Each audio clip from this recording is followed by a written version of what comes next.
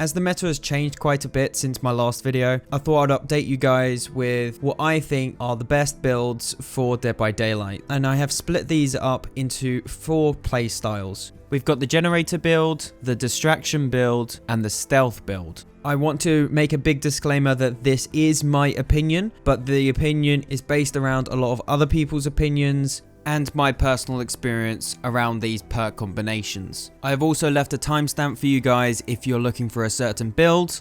And with that all out the way, let's get straight into this. So the first build we're going to be looking at is the generator build.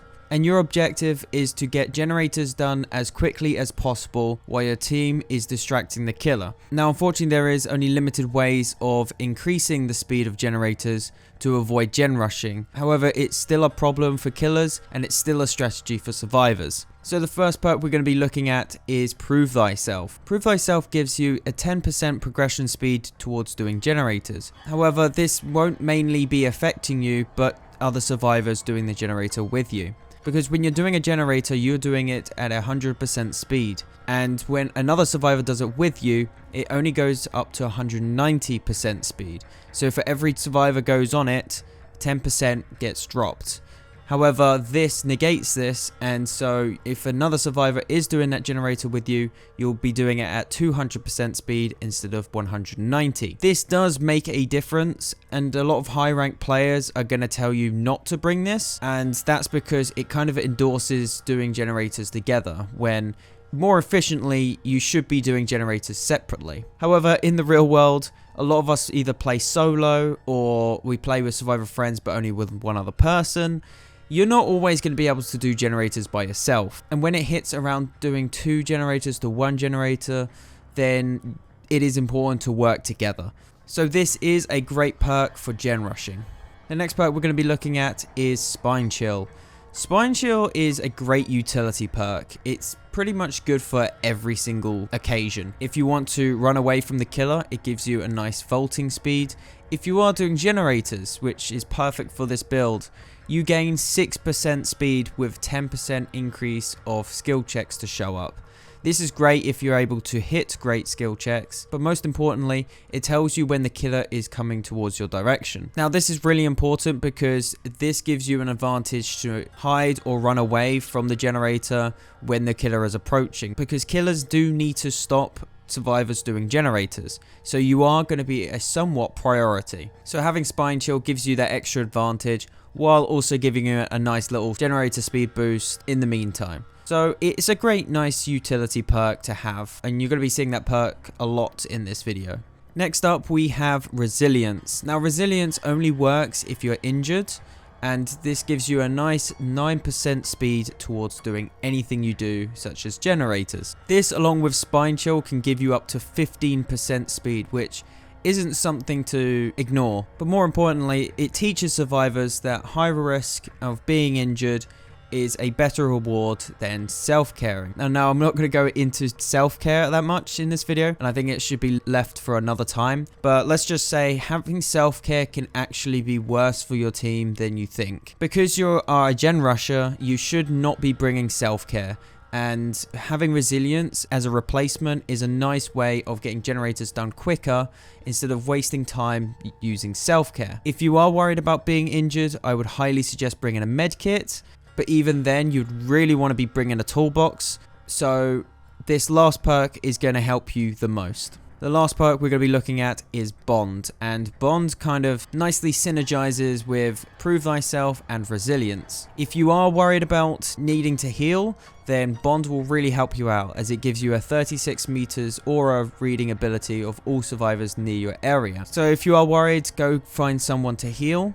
But more importantly is if you can find people doing generators, you can join them and give them that 10% progression speed. This is especially important to solo players. I would highly suggest bringing Bond. However, if you are more in survivor friends, maybe there's 3 of you, a full squad, then Bond isn't too necessary, and I can happily say that you can probably choose a different perk, such as Streetwise, so you can use your toolbox a little bit more efficiently, or better together so other teammates can come and find your generator and do it with you. And it's also helpful for the person distracting the killer to not go towards your generator. Lastly, I would bring a toolbox because fixing a generator would be a lot quicker for you. Make sure to have 2 add-ons, one for increasing the speed and another one for increasing the amount of charges on that toolbox. That's everything that needs to be said about the generators. Let's move on to the distraction build.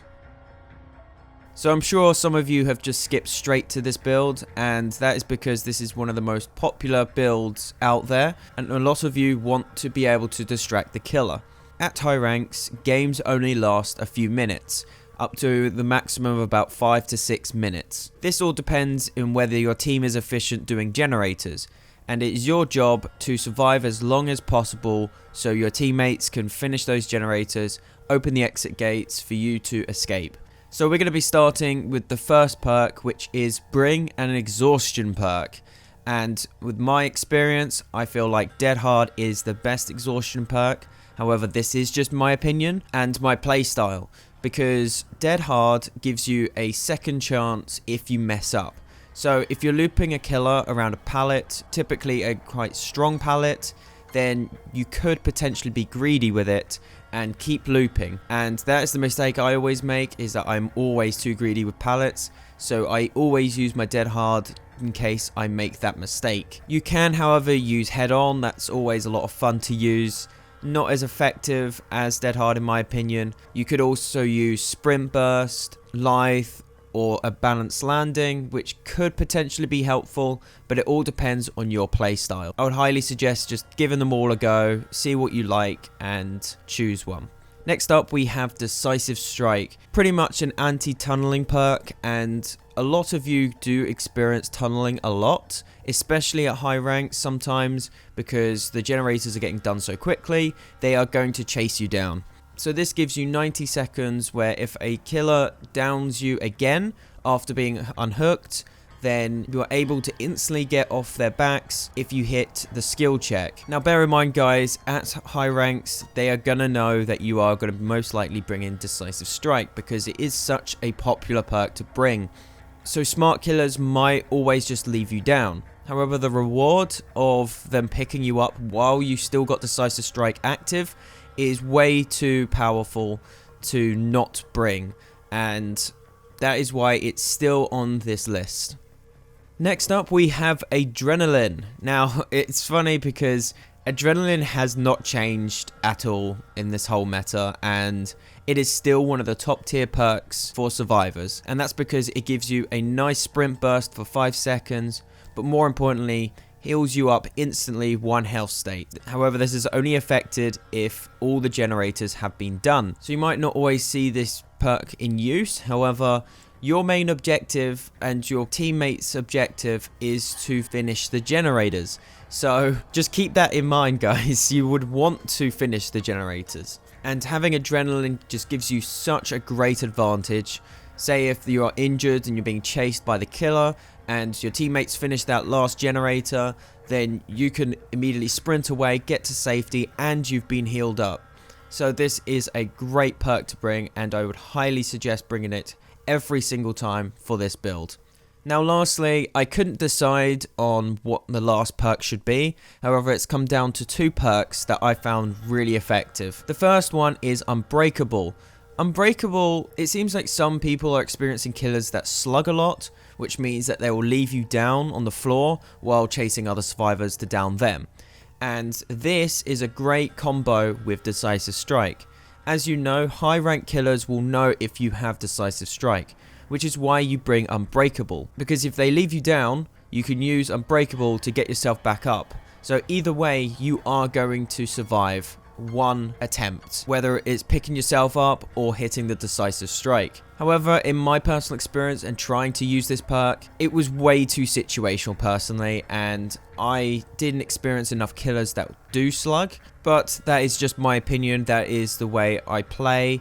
So I would suggest bringing Unbreakable if you are experiencing killers slugging a lot. And lastly, we have Inner Strength, and Inner Strength is really effective. When I first got it, it's really powerful. It is so much better than self-care in so many ways. enemies. And that's because you can heal yourself within 8 seconds when getting into a locker after cleansing a totem. Cleansing totems in general is a good thing to do anyway. It provides you 1,000 bold points and it cleanses a totem which they could potentially have for Noed. And then when you're injured, you can quickly get into a locker for 8 seconds and instantly be healed up. Not only is this faster than self-care, but I've noticed that people that bring self-care, they only heal themselves up maybe once or twice during a game. So inner strength is extremely effective, especially in this build, and I would highly suggest trying to use it. For the add-ons, it is your choice of what you want to bring. I personally would bring a flashlight or a medkit. So if your inner strength isn't active at that time, bringing a medkit just instantly heals you within about 15 seconds. It's really effective, really nice if you don't want to be toxic using a flashlight. Make sure to bring some charges or some batteries so it lasts a lot longer. And that's about it for this build. This will keep you going for a lot longer. And if you do mess up, then you have multiple second chances to survive. So let's move on to the next build. Now for the stealth build, I found it hard to determine which stealth build is the best, so I'm going to be giving you guys 2 different variations of the stealth build. One is a more passive approach where your objective is just to be doing generators and kind of keeping out sight of the killer, and the other one's a bit more of a distraction stealth build. So let's start off with a passive build real quickly. You're going to want to bring Urban Evasion, Iron Will, Spine Chill, and an exhaustion perk of your choice. Urban Evasion has always been such a really effective perk, especially in stealth builds, because it means you can hide in more places than normal. But not only that, is that you're able to move pretty efficiently without creating scratch marks. But just make sure, guys, do not be a Claudette that just urban evades everywhere you go, because honestly, you don't need to do that if you know the killer is nowhere near your area. I see so many players still using Urban Evasion when it's totally unnecessary. It's okay to run around places, okay guys? So use Urban Evasion when you know the killer is coming your way. And how do you know that? You use the perk Spine Chill to know if the killer is looking at your direction. If it lasts more than a few seconds, that means they are definitely heading your way. And then try and hide somewhere, either in a locker or use Urban Evasion to not create scratch marks to get their suspicions. Spine Chill is a lot more superior than Premonition.